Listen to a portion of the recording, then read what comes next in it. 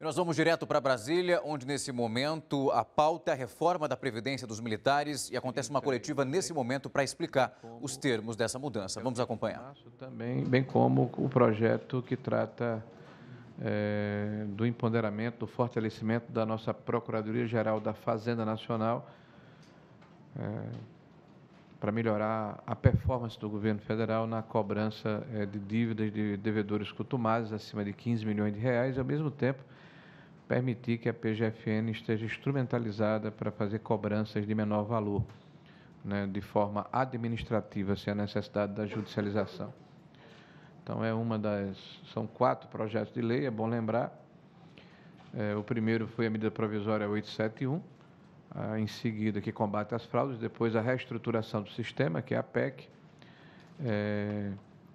a reestruturação do sistema de assistência e previdência das Forças Armadas,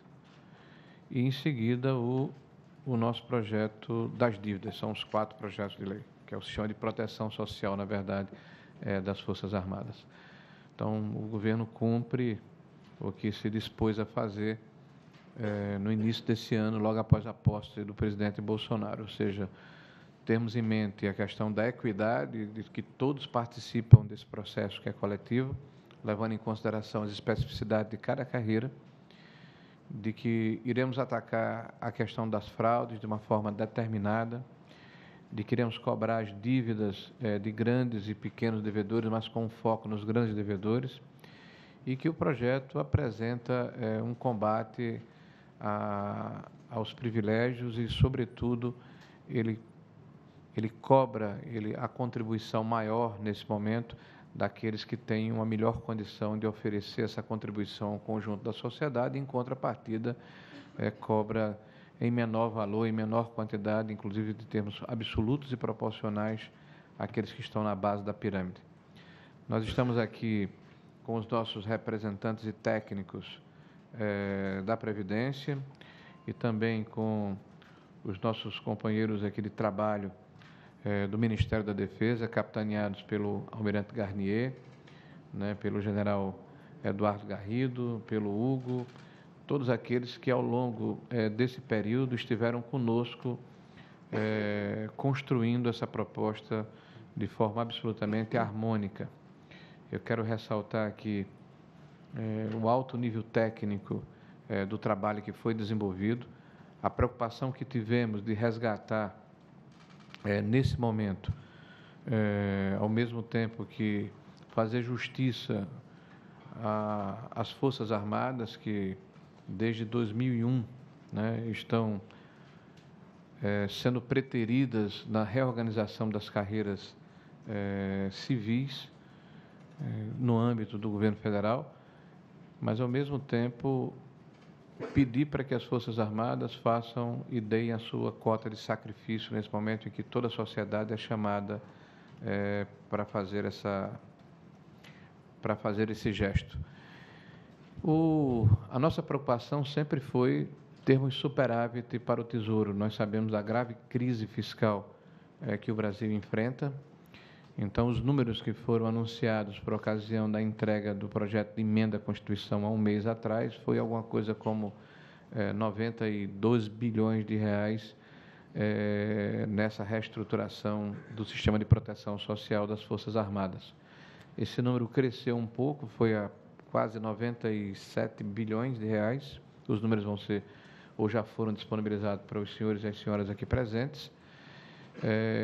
E a reorganização da carreira ficou em torno de 84, 86 bilhões de reais ao longo desses 10 anos. É importante ressaltar que, mesmo no governo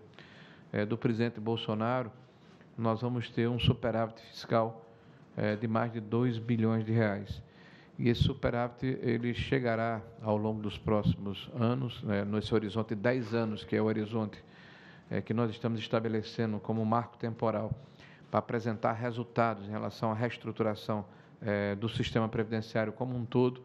a pouco mais de 10 bilhões de reais de positivo para o Tesouro Nacional. Por isso que insistimos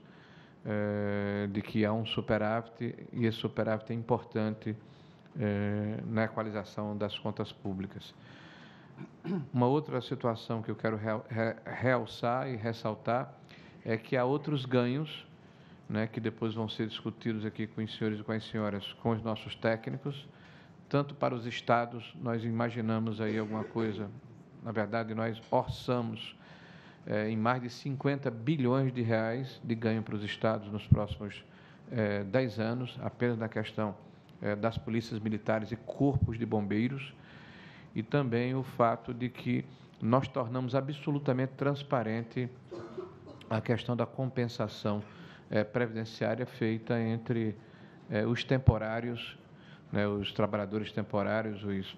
os militares temporários e o nosso sistema geral, né, o nosso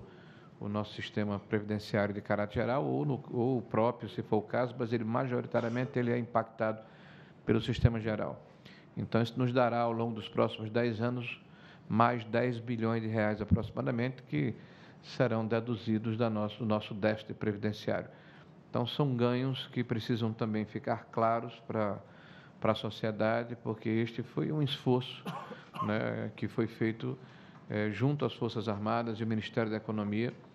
e que só foi concluído hoje pela manhã, quando o presidente Bolsonaro recebeu os cenários que estavam sendo preparados e tomou a decisão